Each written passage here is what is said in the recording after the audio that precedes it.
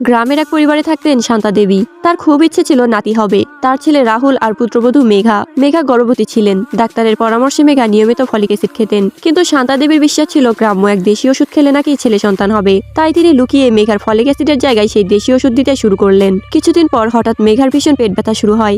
অবস্থা এত খারাপ হয়ে যায় যে সে গর্ভপাতের মুখে চলে যায়। তড়িঘড়ি করে রাহুল আর শান্তা দেবী মেঘাকে হাসপাতালে নিয়ে যান। ডাক্তার যখন জিজ্ঞেস করলেন মেঘা কি কি খাচ্ছিল, তখন রাহুল ফলিক অ্যাসিড দেখালো। ডাক্তাররা সেটি দেখে বললেন এই ওষুধ বদলে ফেলা খুবই বিপজ্জনক। শিশুর লিঙ্গ নিষেকের সময়ই নির্ধারিত হয়ে যায়। এটা বদলানো একদমই অসম্ভব। ব্যথায় কাতরাতে থাকা মেঘাকে দেখে শান্তি দেবীর মনে ভীষণ অপরাধ বোধ হয়। সেদিন থেকেই তিনি মেঘার প্রতি একটু বেশি খেয়াল রাখতে শুরু করেন, কিন্তু সেই খেয়াল রাখাটাও ছিল অতিরিক্ত নিয়ন্ত্রণে ভরা। তিনি মেঘাকে শাস্তি দিতেন না, জিন্স পরতে দিতেন না, উঁচু হিল পরে বাহিরে যেতে দিতেন না।